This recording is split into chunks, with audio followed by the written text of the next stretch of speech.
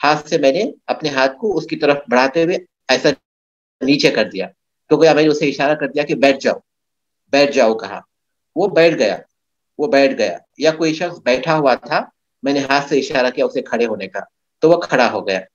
تو اس کو جو ہے اصطلاح میں امر نہیں کہیں گے، اگرچہ کہ یہ اشارہ امر کا فائدہ دیتا ہے۔ ہاتھ سے اشارہ کیا بیٹھنے کا یا ہاتھ سے اشارہ کیا کھڑا ہونے کا، تو جب ہاتھ سے میں نے اشارہ کیا وہ بیٹھ گیا تو وہ امر کا فائدہ دے رہا ہے، لیکن اصطلاح میں اس کو امر نہیں بولتے۔ لیکن یہ وہی اگر میں اس سے اجلس کہوں گا، اجلس کہوں گا تو پھر وہ امر ہو جائے گا، کیونکہ قول ضروری ہے۔ یا پھر یہ کہ وہ جو ہے بیٹھا ہوا تھا، میں نے ہاتھ سے اشارہ کیا وہ کھڑا ہو گیا، تو اگرچہ کہ یہ امر کا فائدہ دے رہا ہے، کیونکہ گویا میں نے اس سے کہا کہ کھڑے ہو جاؤ، لیکن زبان سے نہیں کہا، اشارے سے کہا، تو وہ امر نہیں ہوگا۔ لیکن اس کے مقابلے میں اگر میں اسے کہوں گا قم، قم اگر میں کہوں تب وہ کھڑا ہو جائے، وہ امر ہوگا، وہ امر ہوگا۔ تو یہی کہتے ہیں مولوی رحمۃ اللہ علیہ کہ ہمارے قول قولن، یہ جو لفظ ہے اس سے جو ہے امر، اس سے اشارہ نکل گیا، اسے اس کو امر کا نام نہیں دیا جائے گا، اگرچہ کہ وہ اس کے معنی کا فائدہ دے۔ اسی طرح کہتے ہیں وہ خرج بقولنا طلب الفعل، اور ہمارے قول طلب الفعل سے نکل گئی النہی، نہیں نکل گئی، لأنہ طلب ترک، اس لیے کہ وہ ترک کے طلب کو کہتے ہیں، نہیں کسی کام کے چھوڑنے کا طلب کرنا اس میں پایا جاتا ہے۔ جیسے کہ ہم کہیں لا تقم، لا تقم، تو تم کھڑے مت ہو، تم کھڑے مت ہو، تو اس میں بھی حکم ہے، لیکن کسی کام کے چھوڑنے کا حکم ہے، کسی کام کے چھوڑنے کا طلب ہے اس میں، کسی کام کے کرنے کا نہیں، کسی کام کے چھوڑنے کا اس میں حکم ہے۔ تو طلب الفعل میں کیا ہے، کسی کام کے کرنے کا طلب ہوتا ہے، تو اسی لیے کہتے ہیں کہ اس سے نہیں نکل جاتی ہے، اس لیے کہ نہیں میں طلب ترکین، کسی کے ترک کا، کسی چیز کے ترک کی اس میں طلب ہوتی ہے، کسی چیز کو ترک کرنے کی اس میں طلب کیا جاتا ہے، اس میں کسی کام کے کرنے کو طلب نہیں کیا جاتا۔ تو یہ کیا ہو گئی، نحو ہو گئی، یہ نہیں ہو گئی، جس میں کسی کام کے ترک کرنے کو طلب کیا جاتا ہے۔ ٹھیک ہے، اس کے بعد دیکھیے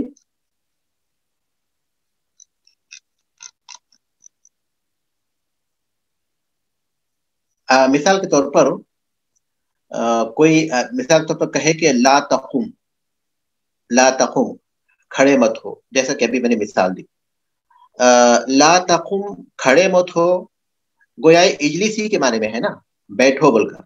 جب میں کسی کو لا تقم کہتا ہوں تو وہ اجلس کے معنی ہی میں ہے، بیٹھو کے معنی میں ہے، لیکن جب لا تقم ہم کہیں گے تو ہم اس کو امر نہیں کہہ سکتے، کیونکہ اس میں بیٹھنے کے ترک کا حکم ہے، اس میں بیٹھنے کے اس میں کھڑے ہونے کے ترک کا حکم ہے، کھڑے ہونے کے ترک کا حکم ہے۔ تو اس لیے مولوی رحمۃ اللہ علیہ کہتے ہیں کہ نہیں اس سے نکل جاتی ہے، نہ ہی اس سے نکل جاتی ہے، اس لیے کہ وہ طلب ترک ہے، ترک کی طلب ہے، اس میں فعل کے طلب نہیں ہے، نہیں میں فعل کا طلب نہیں ہے بلکہ ترک کا طلب ہے۔ والمراد بالفعل الایجاد، اور ہم طلب الفعل کہتے ہیں کسی فعل کے کرنے کا طلب کرنا، تو اس سے مراد اس کام کو ایجاد کرنا۔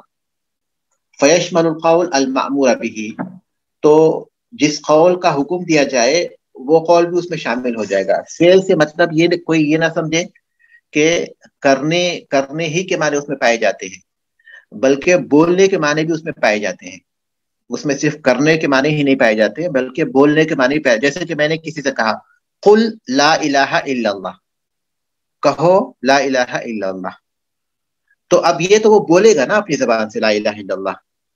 تو یہی مولوی صلی اللہ علیہ کہتے ہیں کہ طلب الفعل کا مطلب یہ نہیں کہ کسی کام کے کرنے ہی کی بات کو تو وہ طلب فعل میں آئے گا، بلکہ وہ کہہ رہے ہیں کہ کسی بھی چیز کو ایجاد کرنا، کسی فعل کو ایجاد کرنا، چاہے وہ اپنے قول کے ذریعے ہو یا اپنے فعل کے ذریعے ہو۔ تو اسی لیے جب اس سے کہا جائے گا کہ نماز پڑھو، تو اس میں نماز جو ایک خاص عمل ہے اس کے کرنے کا حکم ہے، تو وہ تو طلب الفعل ہے۔ لیکن کسی سے کہا جائے کہ لا الہ الا اللہ کہو، تو یہ اگرچہ کہ زبان سے کہنا ہے، لیکن یہ چونکہ جس کام کا حکم دیا گیا ہے اس کو انہوں نے اس کو جو ایجاد کرنا ہے، لہذا وہ قول بھی اس میں شامل ہوگا. فیشمل القول المأمور به، جس قول کا حکم دیا گیا ہو وہ بھی اس میں شامل ہو جائے گا. وخرج بقولنا على وجه الاستعلاء، اور ہمارے قول على وجه الاستعلاء، استعلاء کے طور پر، اس سے نکل گیا الالتماس، التماس نکل گیا، والدعاء، اور دعا نکل گئی. التماس کس کو کہتے ہیں؟ اگر برابر کے درجے والا کوئی شخص کسی چیز کا حکم دے تو اس کو التماس کہتے ہیں. جیسے کہ آپ کا کوئی ساتھی آپ سے کوئی کہے کہ آتنی القلم، آتنی قلمک، کہ آپ کا قلم مجھے دیجیے، تو یہ بھی اس کو التماس کہتے ہیں، کیونکہ دو ساتھی برابر کے درجے میں ہیں تو ایک دوسرے کو کوئی حکم دیتا ہے تو اس کو امر نہیں کہتے بلکہ اس کو التماس، اس کو وہ چونکہ علی وجہ الاستعلاء نہیں ہے، وہ اپنی بلندی کے دعوے کے اظہار کے ساتھ نہیں کر رہا ہے وہ. تو جب دو درجے میں برابر ہوں تو ایک دوسرے کو جو حکم دیتا ہے تو وہ التماس کہلاتا ہے.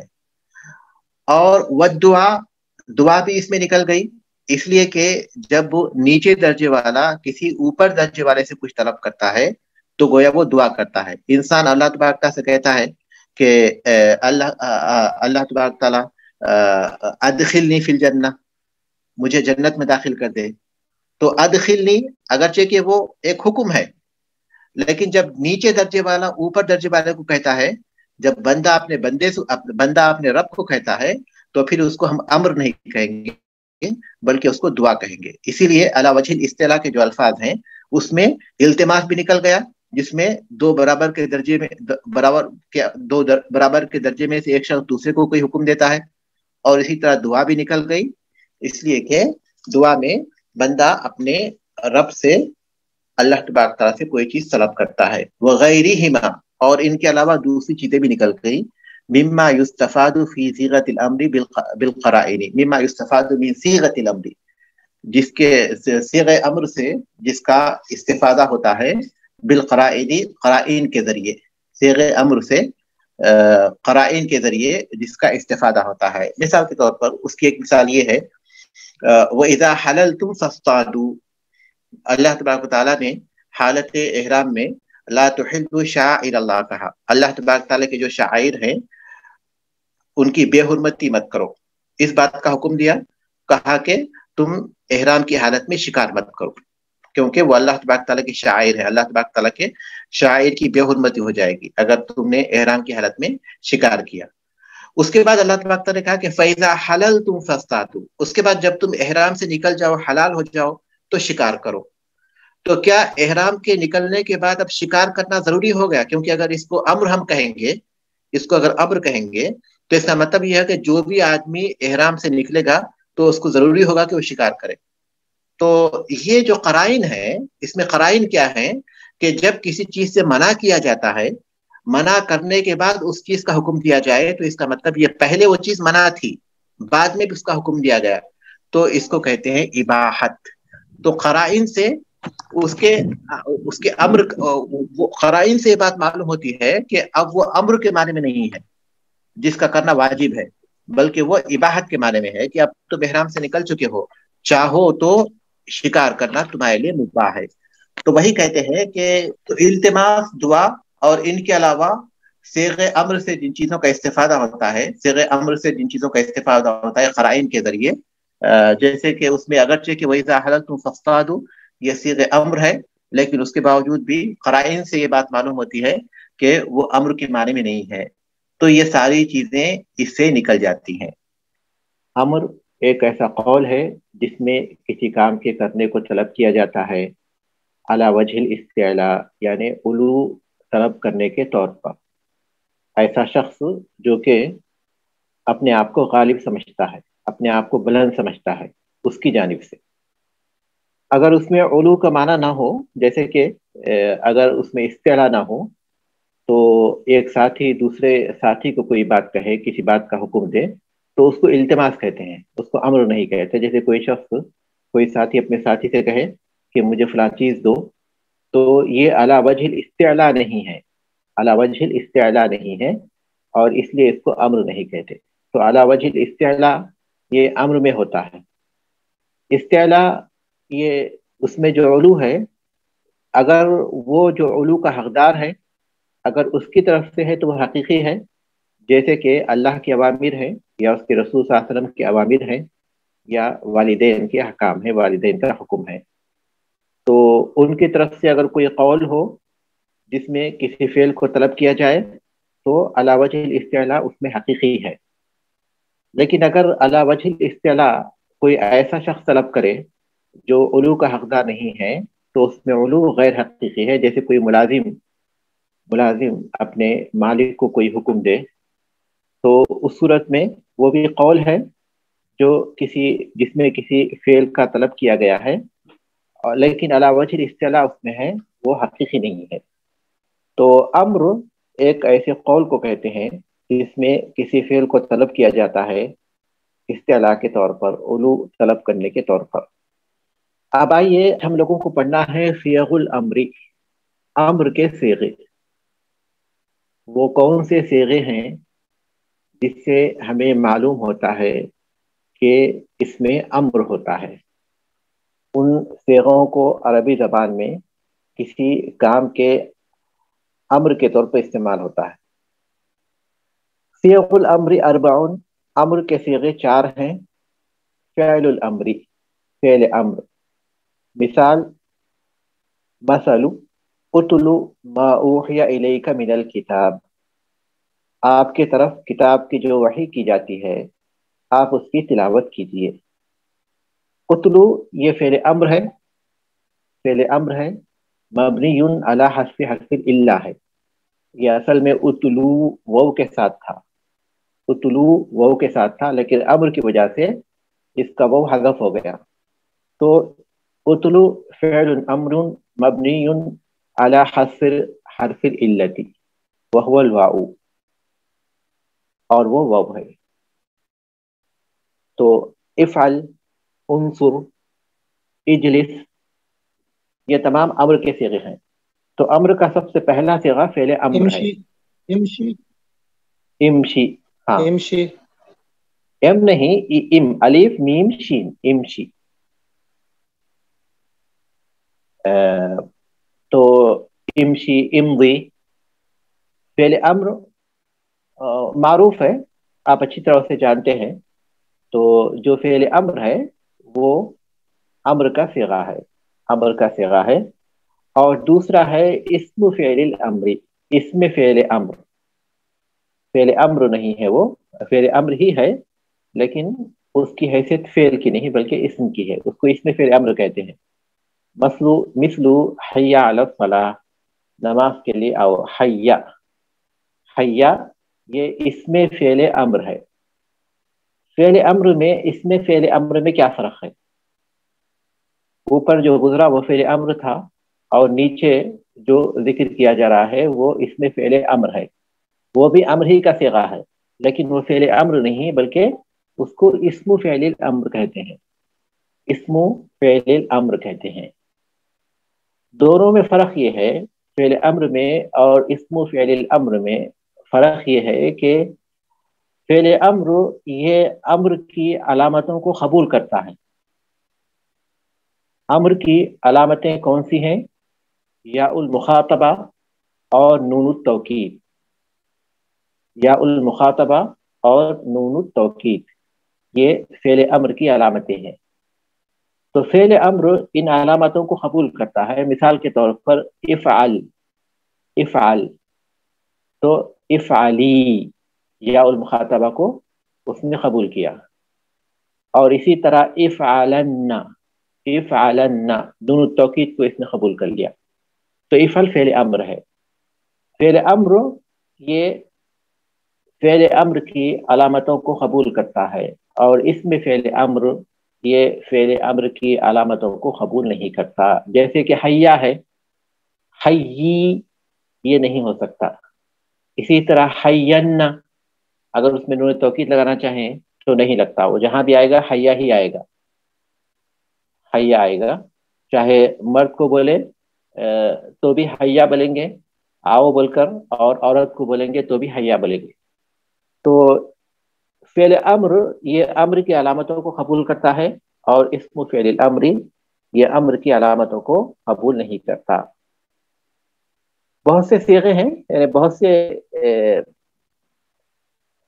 اسم فعل امر ہیں، اسم فعل امر بہت سے ہیں، جیسے کہ صح کہتے ہیں، صح، صاد اور ہا، صح، اس کے معنی ہے اسکت، خاموش رہو۔ اور اسی طرح حی حل، حی حل، ہا یا ہا لام، ہا یا ہا لام، حی حل، اس کے معنی بھی اقبل کے ہے، آؤ کے ہے، وہ اسم فعل الامر ہے۔ اور اسی طرح حلما، حلما یہ بھی اسم فعل امر ہے، الیکا یہ بھی اسم فعل الامر ہے۔ تو فعل امر بھی امر کا صیغہ ہے، اور اسم فعل امر یہ بھی امر کا صیغہ ہے، اور دونوں میں کیا فرق ہوتا ہے وہ آپ کے سامنے واضح ہو چکا ہے۔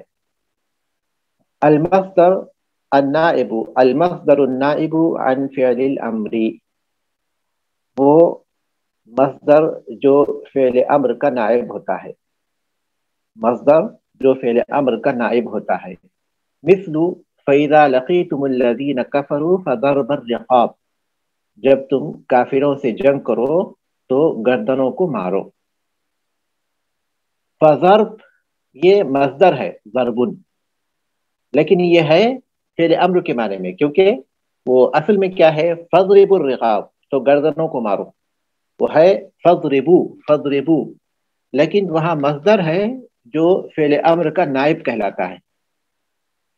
فضرب میں جو مصدر ہے اس کو النائب عن فعل الامر بولتے ہیں، تو وہ بھی امر ہی کا صیغہ ہے، کیونکہ وہاں اگرچہ کہ مصدر ہے لیکن وہ حقیقت میں فعل امر کا نائب ہے، تو وہ بھی فعل امر کے صیغوں میں سے ہے۔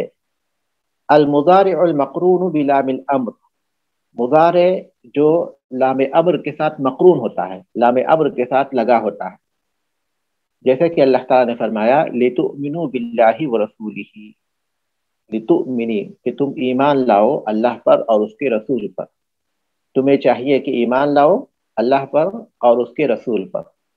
تو یہ جو نام ہے تؤمنو فعل مضارع کے ساتھ لگا ہے، یہ اصل میں لام امر کہلاتا ہے۔ تو مضارع کے ساتھ جب لام امر لگ جاتا ہے تو فعل امر کے معنی میں ہو جاتا ہے، مضارع کے ساتھ جب لام امر لگ جائے تو وہ فعل امر کے معنی میں ہو جاتا ہے۔ یہ 4 صیغے ہیں فعل امر کے ساتھ، جہاں بھی آپ دیکھیں گے کہ ان 4 صیغوں میں سے کوئی صیغہ استعمال کیا گیا ہے تو آپ سمجھ جائیے کہ وہ امر ہے۔ تو یہ پہچان کا بہت ہی آسان طریقہ ہے کہ ان 4 صیغوں کو آپ ذہن میں رکھیے، اور ان 4 صیغوں سے جو بھی کلام صادر ہوگا اس پر آپ فعل امر کا ہی اطلاق کریں گے کہ اس میں حکم دیا گیا ہے، اس میں کسی چیز شیخ کا صاحب، حکم۔ جی، جو تیسری قسم ہم نے پڑھی ہے، مصدر، مصدر نائب، مصدر النائب عن فعل الامر، تو اس میں مطلب کہ کیسے پہچان ہوگی اس کی کہ یہ مطلب مصدر، تو یہ مصدر ہی لگ رہا ہے نا، تو کیا پیچھے سے اس سے کا تعلق ہوگا؟ نہیں مصدر ہی ہے لیکن یہ کب فعل کے معنوں میں ہے؟ جی، قرینہ، قرینہ جو ہوگا اس سے یعنی اس میں ذرا، کہا جا رہا ہے کہ ہاں کہ جب ہاں تم ملو تو پھر ظاہر ہے پھر یہ کام کرو، رائٹ، اس طرح سے۔ جی ہاں، جو قرینہ ہے، ہوں، قرینے سے معلوم ہوتا ہے کہ وہ مصدر ہے لیکن نائب فعل امر ہے۔ جزاک اللہ۔ ایک مجھے دوسرا والا سمجھ نہیں آئی۔ اس میں فعل امر، جی شیخ، اسم فعل الامر، اسم فعل امر یہ امر ہی کے طور پر ہوتا ہے، لیکن وہ فعل امر کی علامتوں کو قبول نہیں کرتا، اس لیے اس کو اسم فعل الامر کہتے ہیں۔ وہ امر ہی ہے لیکن فعل امر کی جو علامتیں ہیں جیسا کہ یا المخاطبہ اور نون التوکید ہے وہ اس پر لگائیں گے، یا المخاطبہ اور نون التوکید اس پر نہیں لگتے۔ مثال کے طور پر میں نے کہا صاح، صاد اور ہا، صاح، صاح کے معنی ہے خاموش رہو، اسکت کی جگہ پر ہم صاح بول سکتے ہیں۔ تو اسکت یہ تو فعل امر ہے، اسکت یہ تو فعل امر ہے، کیونکہ اس پر یا المخاطب آپ لگانا چاہیں تو لگے گا، جیسے اسکوتی، اسکوتن، یا المخاطبہ بھی اس پر لگا اور پھر نون توکید بھی اس پر لگا. لیکن صح پر اگر آپ یا مخاطبہ لگانا چاہیں گے تو صحیح نہیں استعمال ہو سکتا. صح، صاد اور ہا، صح، تو وہ فعل امر کی علامتوں کو قبول نہیں کرتا، اس لیے اس کو اسم فعل الامر کہتے ہیں، اس کو اسم فعل الامر کرتے ہیں. تو شیخ صاحب یعنی اس کے کوئی دوسرے صیغے کچھ بھی نہیں بنتے، یعنی یہ جیسے ہم مطلب یعنی واحد کا صیغہ ہے نا، اسی سے بس، جیسے حیا صرف واحد کا ہے، اس کا تثنیہ یا جمع جیسے باقیوں میں بنتا ہے، اس میں کوئی اور صیغہ نہیں بنتا، بس ایک ہی صیغے میں آتا ہے. ایک ہی صیغہ، جی ہاں، ایک ہی صیغہ بنتا ہے، اس کا کوئی اور علامت وہ قبول نہیں کرتا. ٹھیک، جزاک اللہ. اس کے بعد کہتے ہیں کہ وہ قد یستفاد، اور امر کا استفادہ کیا جاتا ہے. وقد یستفاد طلب الفعل من غیر صیغۃ الامر، فعل کے طلب کا استفادہ کیا جاتا ہے امر کے صیغے کے علاوہ سے بھی. بعض ایسے باتیں ہیں یا بعض ایسی چیزیں ہیں جن سے ہم امر کا استفادہ کرتے ہیں، جس سے معلوم ہوتا ہے کہ اس میں امر ہے، لیکن اس میں صیغہ نہیں ہوتا فعل امر کا. یہ بات تو ہم کو معلوم ہو گئی کہ یہ 4 صیغوں کے ذریعے جو بھی بات ہمارے سامنے آئے گی وہ امر ہوگا. یہ بات ہمارے سامنے آ گئی. اگر وہ فعل امر کے ساتھ ہے وہ بات، یا پھر اس میں فعل امر کے ساتھ ہے، یا پھر مصدر جو نائب عن فعل الامر ہوتا ہے اس کے ساتھ ہے، یا پھر مضارع جو مقرون ہو لام امر کے ساتھ اس کے ساتھ ہے، تو ہم سمجھ جاتے ہیں کہ وہ فعل امر ہے. تو اب مولوی رحمۃ اللہ علیہ کہتے ہیں کہ امر کا استفادہ جو ہے فعل امر کے صیغوں کے علاوہ بھی کچھ باتوں سے ہو جاتا ہے، کہ اس سے بھی معلوم ہوتا ہے کہ وہ بھی امر ہے. ان صیغوں کے علاوہ جن سے امر کا استفادہ ہوتا ہے، کچھ اور بھی چیزیں ہیں جن سے فعل امر کا استفادہ ہوتا ہے، اس میں امر ہے بول کر معلوم ہوتا ہے. وقد یستفاد طلب الفعل، اور طلب فعل کا استفادہ ہوتا ہے من غیر صیغۃ الامر، اس میں بھی طلب فعل ہوتا ہے لیکن وہ صیغ امر نہیں ہوتا، صیغ امر کے علاوہ سے طلب فعل کا استفادہ، یعنی کچھ اور بھی چیزیں ایسی ہیں جس میں ہمیں فعل کا طلب معلوم ہوتا ہے لیکن وہ صیغ امر نہیں ہوتا. مثل ان یوصف بانہ فرض، مثال کے طور پر کسی چیز کے بارے میں بتایا جائے، کسی عمل کے بارے میں کہ وہ فرض ہے، او واجب، یا واجب ہے، یعنی یہ کہا جائے نص میں کہ یہ فرض ہے، یہ واجب ہے، تو اس میں بھی طلب فعل ہی ہے، اس میں بھی گویا امر ہے، وہ بھی گویا امر ہے، گرچہ کہ صیغ امر اس میں نہیں ہے، لیکن اس سے جو ہے طلب فعل کا استفادہ ہوتا ہے، تو گویا وہ امر ہے. جیسے کہ کہا جائے کہ وہ فرض ہے، یا پھر واجب ہے، یا مندوب ہے، یا اطاعت کا کام ہے، او یمدح او طاعت، یا اطاعت کا کام ہے، او یمدح فاعلہ، یا اس کے کرنے والے کی تعریف کی جائے، او یذم متارکہ، یا اس کے چھوڑنے والے کی مذمت کی جائے، او یرتب علی فعلہ ثواب، یا پھر اس کے کرنے پر کوئی ثواب مرتب ہوتا ہو، او علی ترکہ عقاب، یا اس کے چھوڑنے پر کوئی عقاب مرتب ہوتا ہو. تو ان سب چیزوں میں بھی طلب فعل ہوتا ہے، اگرچہ کہ اس میں امر کا صیغہ نہیں ہوتا. ان مثالوں کے ذریعے ہم لوگ سمجھیں گے ان چیزوں کو. علق فضیلۃ الشیخ المؤلف رحمہ اللہ بقولہ، مؤلف فضیلۃ الشیخ جو اس کتاب کے مؤلف ہیں، انہوں نے اپنے اس قول کے ذریعے اس کی تعلیق کی ہے، یعنی انہوں نے مثالیں دی ہیں. مثال ما وصف بانہ فرض، اس کی مثال جس کا یہ وصف ہو کہ وہ فرض ہے، جیسے کہ فعلمہم ان اللہ قد فرض علیہم 5 صلوات فی کل یوم ولیلہ، ان کو بتاؤ کہ اللہ تبارک و تعالیٰ نے ان پر 5 وقت کی نمازیں فرض کی ہیں رات اور دن میں. یہ اگرچہ کہ اس میں فعل امر نہیں ہے، لیکن فرضا جو ہے نا، فرضا آخری پیج میں ہے، آخری اس کتاب کا ہی آخری جو ہے، اسی صفحے میں ہے، اس میں نہیں ہے. میرے پاس جو کتاب ہے اس میں ہے، نیچے ہی مثالیں ہیں. تو کوئی بات نہیں ہے، دیکھیے آپ کے سامنے اوپر لکھا ہوا ہے کہ فرض ہے. فرض کی مثال کیسی ہے؟ فرض کی مثال کیا ہے؟ اوپر مؤلف نے ذکر کیا کہ طلب فعل کا استفادہ ہوتا ہے صیغ امر کے علاوہ بھی دوسری چیزوں سے. مثال کے طور پر کسی فعل کے بارے میں کہا جائے کہ وہ فرض ہے، فرض ہے، اس کی مثال ہے فَعَلِمْهُمْ أَنَّ اللَّهَ قَدْ فَرَضَ عَلَيْهِمْ خَمْسَ صَلَوَاتٍ فِي كُلِّ يَوْمٍ خَمْسَ صَلَوَاتٍ فِي كُلِّ يَوْمٍ وَلَيْلَةٍ. ان کو بتاؤ کہ اللہ تعالیٰ نے ان پر فرض کی ہیں 5 وقت کی نمازیں ہر رات اور دن میں. تو اس کی مثال تو یہ ہو گئی فَعَلِمْهُمْ أَنَّ اللَّهَ قَدْ فَرَضَ عَلَيْهِمْ خَمْسَ صَلَوَاتٍ فِي كُلِّ يَوْمٍ وَلَيْلَةٍ، جہاں فرض کا ذکر آیا. واجب کی مثال ہے جیسا کہ رسول اللہ صلی اللہ علیہ وسلم نے فرمایا غسل الجمعۃ واجب علی کل محتلم. غسل الجمعۃ واجب، واجب کا لفظ ہے. تو جب واجب کا لفظ وہاں آیا تو اس کا مطلب یہ کہ اس میں بھی فعل طلب کیا گیا ہے، فعل طلب کیا گیا ہے واجب علی کل محتلم، ہر بالغ پر جمعہ کا غسل فرض ہے. یا پھر مندوب کہا گیا، مندوب کسی کام کے لیے مندوب کہا گیا. مؤلف رحمۃ اللہ علیہ نے یہاں اس کی مثال نہیں دی، مندوب کی مثال نہیں دی. اور پھر یا پھر اسے طاعت کہا گیا ہو. طاعت کی انہوں نے مثال دی ہے من اطاع امیری فقد اطاعنی، جس نے میرے امیر کی اطاعت کی اس نے گویا میری اطاعت کی. جب کسی چیز میں لفظ طاعت کا استعمال ہوا تو اس کا مطلب یہ کہ وہ مطلوب ہے. اور یمدح فاعلہ، یا اس کے کرنے والے کی تعریف کی جائے، اس کے کرنے والے کی تعریف کی جائے.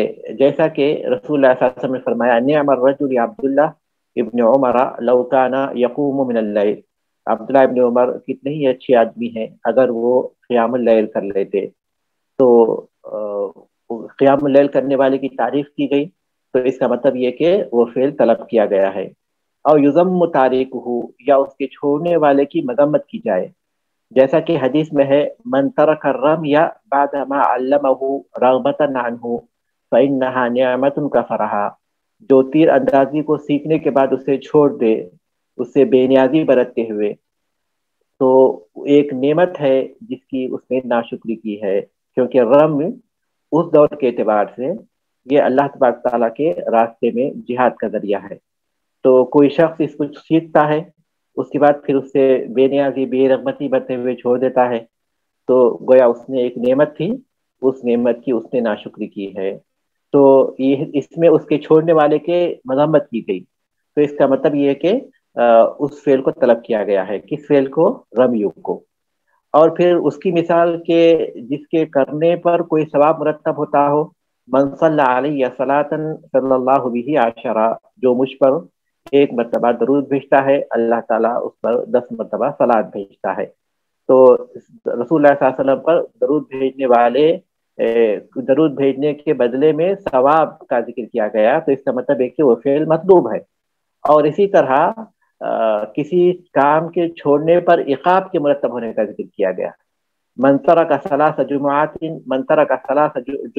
تہاونا طبع اللہ علی قلبہ، جو سستی اور کاہلی سے 3 جمعہ چھوڑ دیتا ہے تو اللہ تعالیٰ اس کے دل پر مہر لگا دیتا ہے.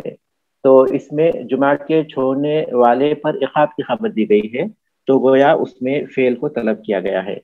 تو مولوی رحمۃ اللہ علیہ کے کہنے کا مطلب یہ ہے کہ جو طلب فعل ہے، جیسے صیغ امر سے فعل کا طلب معلوم ہوتا ہے، اسی طرح بعض ایسے الفاظ ہیں ان کے ذریعے بھی، بعض ایسے الفاظ یا بعض ایسی تعبیرات ہیں کہ ان کے ذریعے بھی کسی فعل کا طلب معلوم ہوتا ہے، جس کی انہوں نے یہاں مثالیں دیں.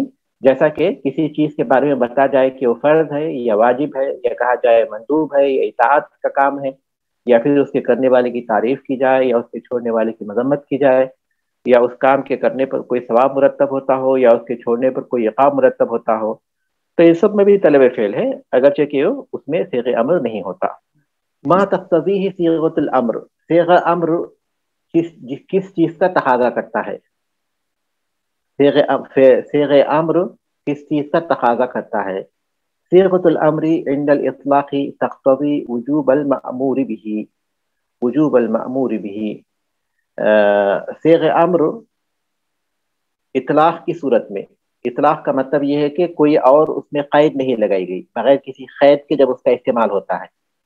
صیغ امر اطلاق کی صورت میں جس چیز کا حکم دیا گیا ہے اس کے وجوب کا تقاضا کرتا ہے، والمبادرتی بفعلہ فوراً، اور فوراً اس کے کرنے کا تقاضا کرتا ہے۔ صیغ امر اطلاق کی صورت میں، میں پھر ترجمہ کر رہا ہوں، صیغ امر اطلاق کی صورت میں جس چیز کا حکم دیا گیا ہے اس کے وجوب کا تقاضا کرتا ہے اور اس کے فوری طور پر کرنے کا تقاضا کرتا ہے۔ دو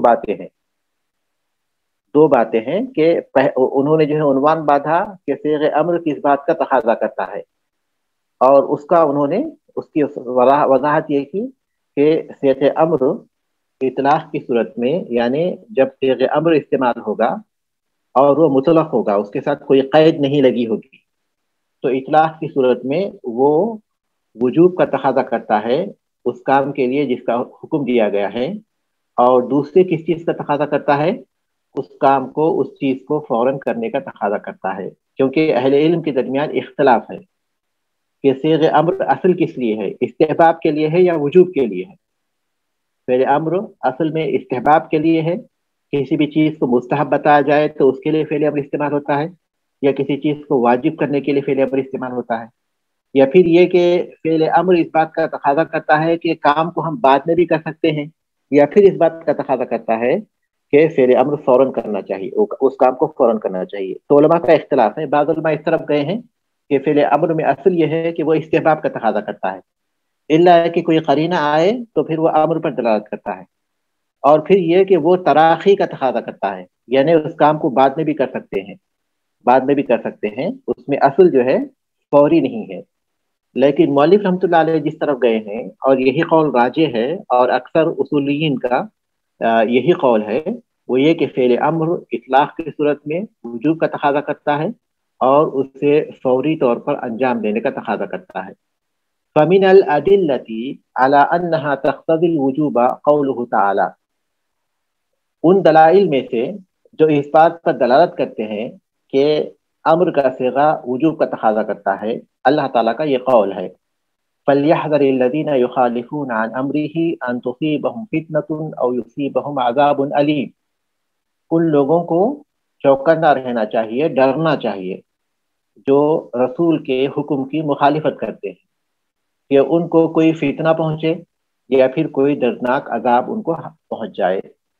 وجہ دلالتی، اس آیت میں دلالت کا جو سبب ہے، دلالت جس چیز سے ہوتی ہے وہ یہ ہے کہ ان اللہ حذر المخالفین عن امر الرسول، اللہ تبارک و تعالیٰ نے رسول اللہ صلی اللہ علیہ وسلم کے رسول اللہ صلی اللہ علیہ وسلم کے حکم کی مخالفت کرنے والوں کو اس بات سے ڈرایا ہے ان تصیبہم فتنۃ، کہ ان کو کوئی فتنہ پہنچ جائے گا، وہی زیغ، اور وہ ہے کجی، ٹیڑھ پن، ان کے دلوں میں ٹیڑھ پن کا پیدا ہو جانا، اور یصیبہم عذاب علیم، یا ان کو دردناک عذاب پہنچے گا۔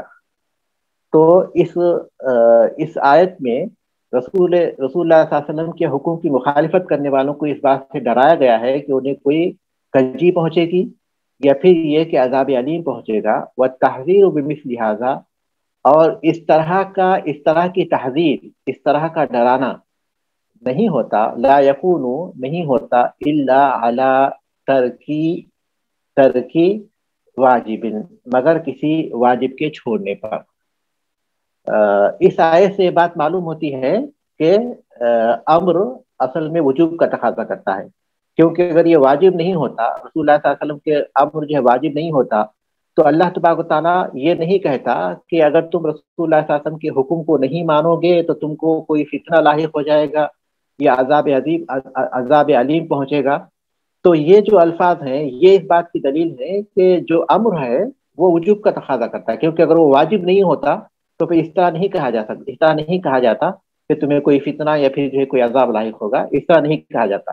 لیکن جب اس طرح کہا گیا ہے تو یہ اس بات پر دلالت کرتا ہے کہ یہ امر وجوب کا تقاضا کرتا ہے۔ کہتے ہیں فدل علی ان امر رسول صلی اللہ علیہ وسلم المطلق، تو یہ دلالت کرتا ہے کہ اللہ کے رسول صلی اللہ علیہ وسلم کا جو مطلق حکم ہے، مطلق کا مطلب ہے کہ بغیر کسی قید کے جو ہوتا ہے، یقتضی وجوب فعل المأمور به، فعل المأمور جس چیز کا حکم دیا گیا ہے اس کے کرنے کے وجوب کا تقاضا کرتا ہے۔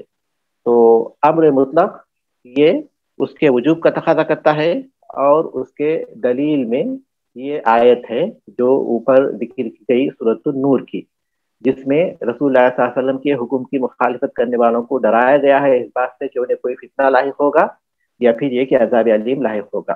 واضح ہے نا؟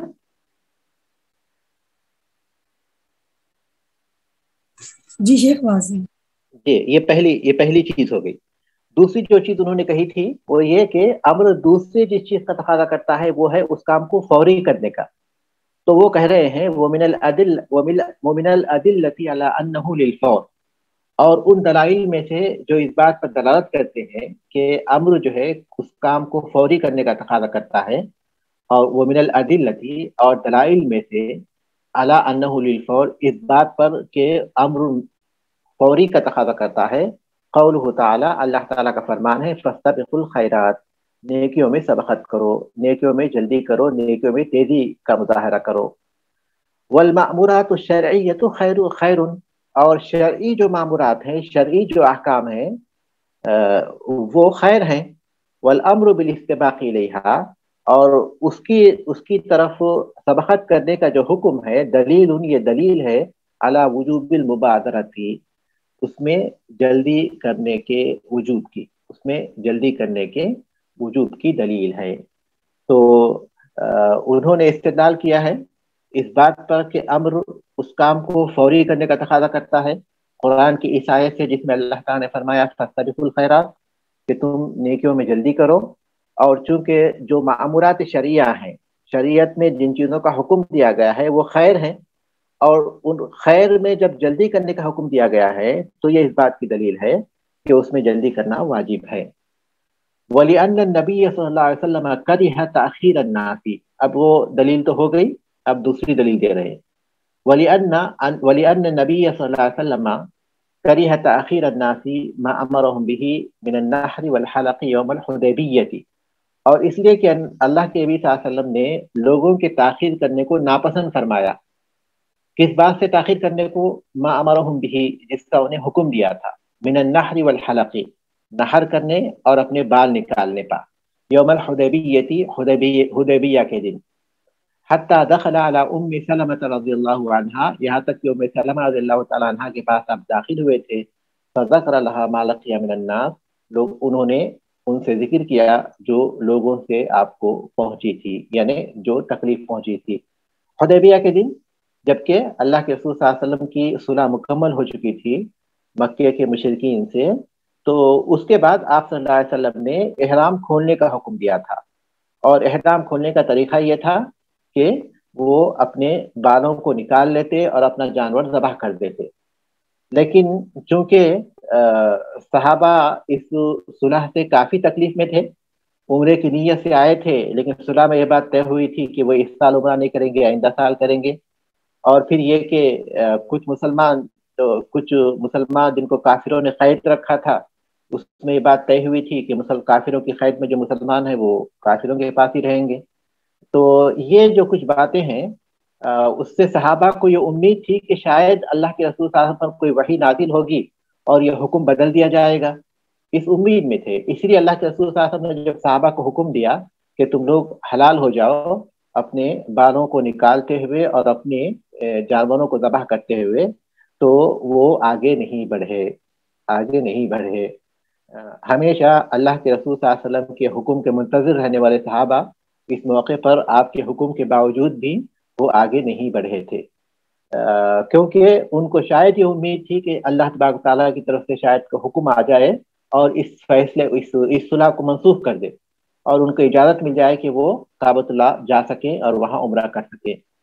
تو اللہ کے رسول صلی اللہ علیہ وسلم کو یہ بات کافی تکلیف دے تھی کہ آپ نے کسی بات کا حکم دیا تھا لیکن صحابہ آگے نہیں بڑھے تھے۔ تو اسی موقع پر آپ صلی اللہ علیہ وسلم ام سلمہ رضی اللہ تعالیٰ عنہا کے پاس، جو اس سفر میں آپ کے ساتھ تھیں، تو آپ ان کے پاس گئے تھے، اپنے خیمے میں گئے جہاں ام سلمہ رضی اللہ تعالیٰ عنہا تھی، اور اس بات کا ذکر کیا تھا۔ تو اس وقت انہوں نے مشورہ دیا تھا کہ اگر آپ واقعی چاہتے ہیں کہ لوگ حلال ہو جائیں تو آپ کسی سے کچھ مت کہیں، بلکہ خود اپنے بال نکال لیں، اپنے جانور ذبح کر دیں، اپنے بال نکال لیں، یہ کافی ہو جائے گا۔ رسول اکرم صلی اللہ علیہ وسلم نے اس مشورے پر عمل کیا، تو جیسے ہی آپ نے اپنا جانور ذبح کیا اور اپنے بال نکالنے کا حکم دیا، تو لوگ آپ صلی اللہ علیہ وسلم کے اس حکم پر عمل کرنے کے لیے دوڑ پڑے، کیونکہ اب یہاں وحی کا جو انتظار تھا وہ ختم ہو گیا۔ جیسے انہوں نے دیکھا کہ اللہ کے رسول صلی اللہ علیہ وسلم نے ایسے کر دیا ہے، تو اس کا مطلب یہ کہ اب جو حکم منسوخ ہونے کا جو ایک امکان تھا وہ یہاں ختم ہو گیا۔ تو اس کے بعد پھر فوراً تمام صحابہ نے بھی اپنے جانور ذبح کر دیے جن کے پاس جانور تھے، اور انہوں نے اپنے بال نکال لیے۔ تو یہ رسول اکرم صلی اللہ علیہ وسلم نے لوگوں کی تاخیر جو انہوں نے کی تھی آپ کے حکم کے باوجود بھی، تو آپ نے اس کو جو ناپسند کیا، یہ اس بات کی دلیل ہے کہ امر فوری، امر تقاضا کرتا ہے اس پر فوری عمل کرنے کا، کیونکہ اگر بعد میں عمل کرنے کا تقاضا کرتا ہے تو اللہ کے رسول صلی اللہ علیہ وسلم ناراض نہیں ہوتے تھے، رسول صلی اللہ علیہ وسلم کو کوئی تکلیف نہیں پہنچتی تھی، لیکن آپ صلی اللہ علیہ وسلم نے آپ نے تکلیف محسوس کی کہ آپ کے حکم پر صحابہ نے فوراً عمل نہیں کیا، تو اس کا مطلب یہ کہ وہ فوری کا تقاضا کرتا ہے۔ وَلِأَنَّ النَّبِيَّ صلی اللہ علیہ وسلم وَلِأَنَّ الْمُبَادَرَةَ بِالْفِعْلِ أَحْوَطُ وَأَبْرَأُ۔ پھر اب تیسری چیز بتاتے ہیں، اب یہ تیسرا سبب بتا رہے ہیں کہ امر فوری طور پر اس پر عمل کرنے کا تقاضا کرتا ہے۔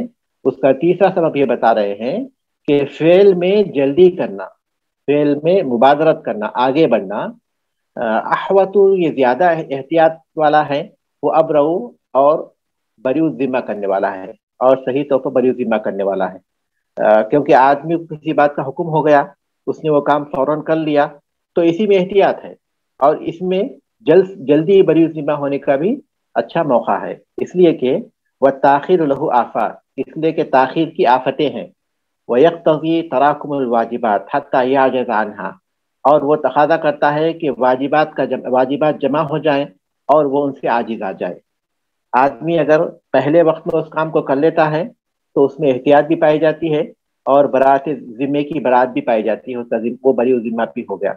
لیکن اگر وہ تاخیر کرتا ہے تو اس بات کا امکان ہوتا ہے کہ پھر وہ اس کو بھول جائے، یا پھر اس کو موقع نہ ملے، یا پھر کوئی مصروفیت نکل جائے جس کی وجہ سے جو وہ کام کی طرف توجہ نہ دے سکے، اور پھر یہ کہ پھر وہ واجب اس کے پاس جمع ہو جائے، پھر اور واجب جمع ہو جائے، کئی واجب جمع ہو جائے، تو اس سے وہ عاجز آ جائے۔ تو یہ ہے اصل مؤلف رحمۃ اللہ علیہ کے مطابق کہ امر اصل میں امر مطلق میں اصل یہ ہے کہ وہ وجوب کا تقاضا کرتا ہے اور اس کے فوری ادائیگی کا تقاضا کرتا ہے۔ اس کے بعد کہتے ہیں وَقَدْ يَخْرُجُ الْأَمْرُ عَنِ الْوُجُوبِ وَالْفَوْرِيَّةِ لِدَلِيلٍ يَقْتَضِي ذَلِكَ، اور امر وجوب اور فوریت سے نکلتا ہے کسی دلیل سے جو اس کا تقاضا کرتا ہے۔ اصل تو یہی ہے کہ امر وجوب کا تقاضا کرتا ہے اور فوری کا تقاضا کرتا ہے، لیکن کبھی کوئی دلیل جب ہوتی ہے تو اس کو وجوب سے بھی ہٹا دیتی ہے اور اس کے فوری ہونے سے بھی ہٹا دیتی ہے، لیکن وہ اصل نہیں ہے۔ اصل تو پہلی چیز ہے، اصل تو یہی ہے کہ امر وجوب کا تقاضا کرتا ہے، لیکن کبھی کوئی دلیل آ جائے تو پھر وہ وجوب سے مندوب کی طرف چلا جاتا ہے، اور اس میں اصل یہ ہے امر میں کہ وہ فوری طور پر کرنے کا تقاضا کرتا ہے، لیکن جب کوئی دلیل آ جائے تو وہ فوری سے جو ہے اس میں کچھ وقت دیا جائے، اس کا امکان پیدا ہوتا ہے۔ فَيَخْرُجُ عَنِ الْوُجُوبِ إِلَى مَعَانٍ مِّنْهَا، وہ وجوب سے دوسری چیزوں کی طرف منتقل ہو جاتا ہے، ان میں سے کیا ہے الندب، مندوب ہونا، كقوله تعالیٰ، جیسا کہ اللہ تبارک تعالیٰ نے فرمایا وَأَشْهِدُوا إِذَا تَبَايَعْتُمْ، اور جب تم خرید و فروخت کرو تو کسی کو گواہ بنا لو۔ فالامر بالاشہاد علی التبایع، بیع و شراء کے وقت پر گواہ بنانے کا جو حکم ہے، للندب، یہ ندب کے طور پر ہے، وجوب کے طور پر نہیں ہے۔ بدلیل ان النبی صلی اللہ علیہ وسلم اشترى فرسا، اس دلیل کی بنیاد پر کہ نبی کریم صلی اللہ علیہ وسلم نے ایک گھوڑا خریدا، من اعرابی، کسی بدو سے، ولم یشہد، اور کسی کو گواہ نہیں بنایا۔ قرآن مجید میں حکم ہے کہ جب تم سودا کرو تو کسی کو گواہ بنا لو، تو ظاہر ہے کہ یہ امر وجوب کا تقاضا کرتا ہے، امر وجوب کا تقاضا کرتا ہے، یہی اصل ہے، یہی ہم نے ابھی پڑھا ہے۔ تو اب مؤلف رحمۃ اللہ علیہ کہتے ہیں کہ بعض اوقات کچھ قرائن ہوتے ہیں جو اس کو وجوب سے دوسرے چیز کی طرف منتقل کر دیتے ہیں، مثال کے طور پر اس کو مندوب ہونے کی طرف منتقل کر دیتے ہیں، جیسا کہ اللہ تبارک تعالیٰ نے فرمایا کہ وَأَشْهِدُوا إِذَا تَبَايَعْتُمْ، جب تم سودا کرو، کاروبار کرو، بیع و شراء کرو تو گواہ بنا لو۔ لیکن یہ جو امر اس میں ہے وہ وجوب کے طور پر ہے یا مندوب کے طور پر، تو اس میں جو دوسری دلیل آئی ہے جیسا کہ اللہ کے رسول صلی اللہ علیہ وسلم نے بیع و شراء کی لیکن کسی کو گواہ نہیں بنایا، تو یہ اس بات کی دلیل ہے کہ اس آیت میں جو امر ہے وہ وجوب کے لیے نہیں ہے بلکہ مندوب کے لیے ہے۔ تو یہ پہلی بات ہو گئی جس میں جو ہے امر اپنے اصل سے کسی دوسرے معنی کی طرف جاتا ہے۔ اور دوسری چیز ہے اباحت، امر کبھی اباحت کی طرف منتقل ہو جاتا ہے وجوب سے۔ پہلی مثال میں امر وجوب سے ندب کی طرف منتقل ہوا تھا، اب دوسری بتا رہے ہیں کہ امر وجوب سے اباحت کی طرف منتقل ہوتا ہے۔ اس میں امر ہے بظاہر اس میں واجب معلوم ہوتا ہے، لیکن کوئی دلیل ہے جو اس میں اس بات کا تقاضا کرتی ہے کہ اس میں جو امر ہے وہ وجوب کے لیے نہیں ہے بلکہ اباحت کے لیے ہے۔ وہ اکثر ما یقع ذالک، اور اکثر جو یہ واقع ہوتا ہے یعنی امر اباحت کی طرف منتقل ہوتا ہے، اذا ورد بعد الحظر، جب کسی پابندی کے بعد اس کا ذکر کیا جائے، وہ آئے کسی چیز کی پابندی لگی تھی اس کے بعد پھر حکم دیا گیا، او جوابا لما یتوہم انہ محظور، یا اس سوال کے جواب میں ہوتا ہے جس کے بارے میں کسی کو وہم ہوتا ہے کہ وہ منع ہے، کسی چیز کے منع ہونے کا جو وہم ہوتا ہے، کسی کو وہم ہے کہ شاید یہ چیز منع ہے تو اس لیے وہ سوال کرتے ہیں، تو اس کے جواب میں جب آپ جو ہے کوئی حکم دیتے ہیں تو پھر وہ اباحت کے لیے ہوتا ہے، واجب کے لیے نہیں ہوتا۔ مثال دیں گے تو بات واضح ہو جائے گی۔ مثال وہ بعد الحظر، اس کی مثال ہے حظر کے بعد کسی امر کا آنا۔ حظر مانے پابندی، کسی چیز کے حظر کے بعد کسی حکم کا آنا، اس صورت میں امر وجوب سے اباحت کی طرف منتقل ہو جاتا ہے۔ مثال کے طور پر اللہ تبارک تعالیٰ نے فرمایا وَإِذَا حَلَلْتُمْ فَاصْطَادُوا، جب تم حلال ہو جاؤ تو پھر شکار کرو۔ جب تم حلال ہو جاؤ یعنی جب تم احرام کی حالت میں رہو تو اس وقت تم شکار مت کرو، جب تم حلال ہو جاؤ تو شکار کرو۔ اگر اس میں امر کے لیے مانیں گے فَاصْطَادُوا تو شکار کرو، اگر اس کو جو ہے امر کے لیے مانیں گے اور امر وجوب کا تقاضا کرتا ہے اس پر اسے محمول کریں گے، تو اس کا مطلب یہ کہ جتنے بھی لوگ حج کے لیے جائیں گے ان پر یہ واجب ہوگا کہ جیسے ہی وہ احرام کھولیں گے تو پہلا کام ان کے لیے ضروری ہوگا کہ وہ شکار کرے۔ یہی مطلب ہوگا نا، کیونکہ اگر امر کو وجوب پر لیں گے، امر کو اگر وجوب پر لیں گے تو اس کا مطلب یہ ہوا کہ جیسے ہی احرام کھولیں گے حلال ہوں گے تو جو ان کو فوراً کیا کرنا پڑے گا، شکار کرنا پڑے گا۔ لیکن مولوی رحمۃ اللہ علیہ کہتے ہیں کہ یہاں جو امر ہے وہ اباحت کی طرف منتقل ہوتا ہے کہ شکار کرنا اب حلال ہو گیا۔ فالامر بالاصطیاد للاباحۃ، شکار کا جو حکم ہے وہ اباحت کے لیے ہے، لوقوعہ بعد الحظر المستفاد من قولہ، اس لیے کہ وہ اس پابندی کے بعد واقع ہوا ہے جو اللہ تعالیٰ کے اس فرمان سے واضح ہوتا ہے یا مستفاد ہوتا ہے، غیر محل الصید وانتم حرم، شکار کو حلال کرنے والی نہ ہو اس حال میں کہ تم احرام کی حالت میں رہو۔ اللہ تبارک و تعالیٰ نے احرام کی حالت میں کچھ پابندیاں عائد کی تھی، ان میں سے ایک پابندی یہ تھی کہ احرام کی حالت میں تمہیں شکار نہیں کرنا چاہیے۔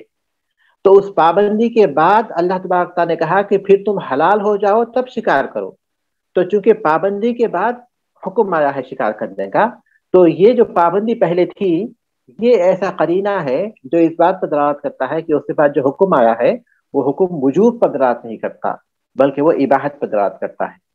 تو کسی چیز کی پابندی کے بعد جب کوئی حکم دیا جاتا ہے یعنی اس پابندی کو جب ہٹایا جاتا ہے، کسی چیز کی پابندی کے بعد جب اس پابندی کو ہٹایا جاتا ہے اور اس میں صیغہ امر کا ہوتا ہے تو پھر وہ صیغہ امر کا وجوب پر دلالت نہیں کرتا بلکہ وہ اباحت پر دلالت کرتا ہے۔ دوسری بھی انہوں نے دی تھی کہ دوسری بات انہوں نے یہ کہی تھی کہ کبھی کسی کو وہم ہوتا ہے کہ شاید وہ چیز منع ہے، اس پر پابندی ہے، تو اس سوال کے جواب میں اگر کچھ جو حکم ہوتا ہے وہ بھی جو ہے وجوب پر دلالت نہیں کرتا بلکہ وہ اباحت پر دلالت کرتا ہے۔ مثال ہو جواب لما یتوہم انہ محظور، مثال کہ وہ چیز جو کہ جواب ہوتی ہے اس چیز کا جواب ہوتی ہے جس کے بارے میں یہ وہم ہوتا ہے کہ وہ محظور ہے، وہ منع ہے۔ قولہ صلی اللہ علیہ وسلم، رسول اللہ صلی اللہ علیہ وسلم کا قول ہے افعل ولا حرج، کہ تم کرو کوئی حرج کی بات نہیں ہے۔ فی جواب من سألوہ، اس کے جواب میں جنہوں نے آپ سے پوچھا تھا، فی حجۃ الوداع، حجۃ الوداع کے موقع پر، عن تقدیم افعال الحج، افعال حج کی تقدیم کے بارے میں، التی تفعل یوم العید، جو کہ عید کے دن کیے جاتے ہیں، جو عید کے دن کیے جاتے ہیں، بعضها علی بعض، بعض بعض کے ساتھ، یعنی بعض بعض کے بعد، ایک کے بعد ایک، جو عید کے دن ایک کے بعد ایک کیے جاتے ہیں، اس کے بارے میں انہوں نے پوچھا تھا. تو اللہ کے رسول صلی اللہ علیہ وسلم نے اس وقت ان سے کہا تھا افعل ولا حرج، افعل ولا حرج. تو افعل ولا حرج کے جو الفاظ آئے ہیں یہ کس چیز کے بارے میں ہے؟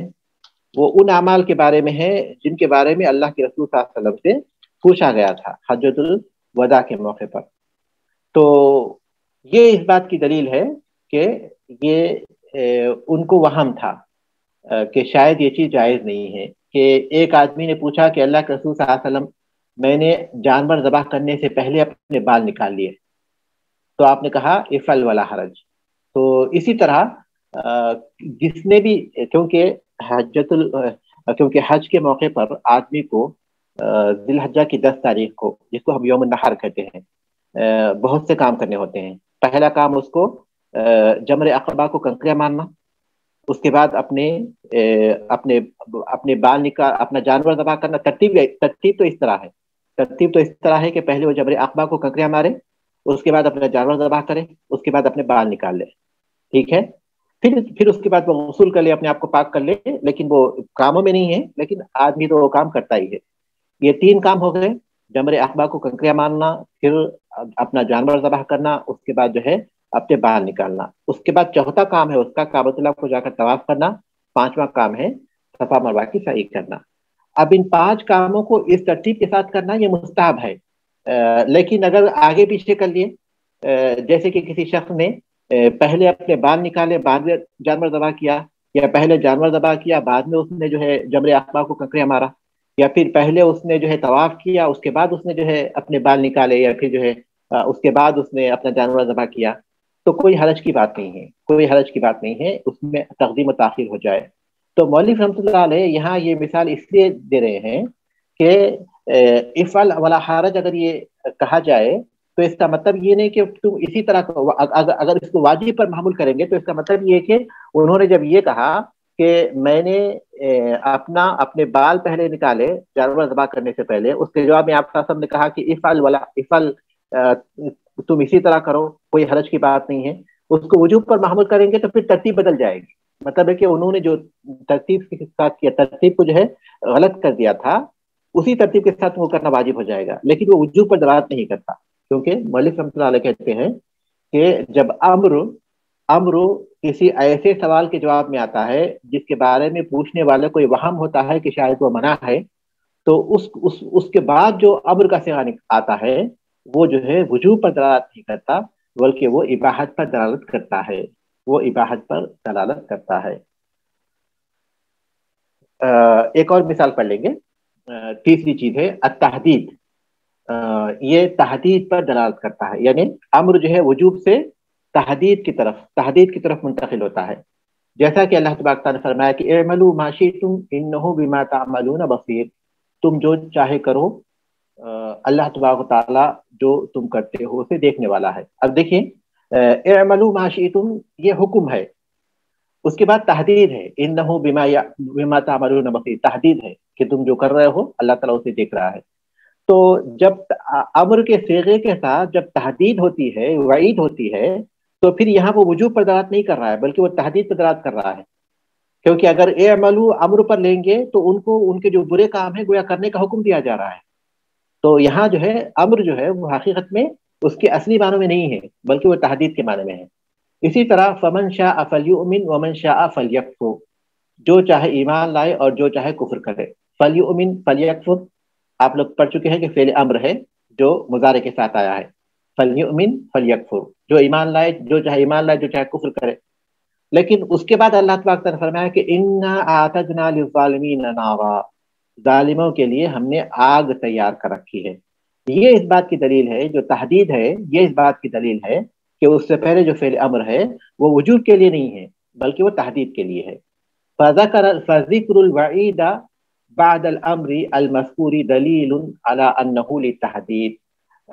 وعید کا ذکر امر کے بعد، امر جو کہ مذکور ہے اس کے بعد وعید کا ذکر دلیل ہے اس بات پر کہ وہ امر تحدید کے لیے ہوتا ہے، وہ امر وجوب کے لیے نہیں ہوتا، بلکہ تحدید یعنی دھمکی، تحدید یعنی دھمکی کے لیے ہوتا ہے، دھمکی کے لیے، ڈرانے کے لیے ہوتا ہے۔ تو امر جو کہ وعید، امر جو کہ وعید کے ساتھ ہوتا ہے وہ تحدید کے لیے ہوتا ہے، وہ وجوب کے لیے نہیں ہوتا۔ تو یہاں تین باتیں ذکر کی گئی کہ امر اصل میں دلالت کرتا ہے وجوب پر، لیکن بعض فرائض ایسے ہیں جس کی بنیاد پر امر وجوب سے یا تو اباحت کی طرف منتقل ہوتا ہے، یا ندب کی طرف منتقل ہوتا ہے، مندوب ہونے کی طرف منتقل ہوتا ہے، یا پھر وہ تحدید کی طرف منتقل ہوتا ہے۔ یہاں ہم لوگ رکیں گے انشاءاللہ، آئندہ ہفتہ اس کے بعد میں پڑھیں گے۔ شیخ صاحب وہ سبق سے تو نہیں تعلق، لیکن حج میں جو بات کر رہے تھے، تو حاجی جو ہے وہ عید کی نماز پڑھتے ہیں؟ نہیں، حاجی کے لیے نہیں ہے عید کی نماز۔ اگر کوئی حاجی پہنچ جاتا ہے کعبۃ اللہ کو اور وہاں اس وقت عید کی نماز ہوتی ہے تو اس میں شریک ہو جائے گا، منع نہیں ہے، لیکن حاجی کے لیے عید کی نماز اس کے اعمال میں شامل نہیں ہے۔ اگر وہ چھوٹ جائے، اگر وہ حرم میں نہیں رہتا بلکہ یہاں مینا میں رہتا ہے، اپنے کعبے میں مصروف ہے، تو اس کو کیا عید کی نماز پڑھنا ہے دوبارہ؟ تو نہیں پڑھنا ہے اس کو عید کی نماز۔ اس کو جو ہے فجر ہے، فجر کے بعد جو ہے پھر ظہر ہے اس کے لیے، اس کے بعد درمیان میں کوئی نماز پڑھنا چاہے، نوافل وغیرہ، وہ ایک مرضی ہے، لیکن اس کے اعمال میں وہ چیز نہیں ہے۔ ٹھیک ہے۔ شیخ اور صاحب جو تحدید ہے، چلیں آپ پوچھ رہے مدیحہ۔ شیخ صاحب جو تحدید ہے اس میں اعملوا، مطلب اس میں حکم دیا گیا ہے اور وہ تحدید کی طرف چلا گیا ہے، لیکن شیخ اس کے جواب میں، اس سے ریلیٹڈ نہیں ہے لیکن اس کے جواب میں کہ فعل نہیں ہے کہ مطلب تم نہ کرو ایسا کام، جس طرح نیچے بھی ہے کہ تم کفر نہ کرو، مطلب وہ بھی تو حکم ہی دیا، وہ بھی تو حکم نہیں ہوا نا۔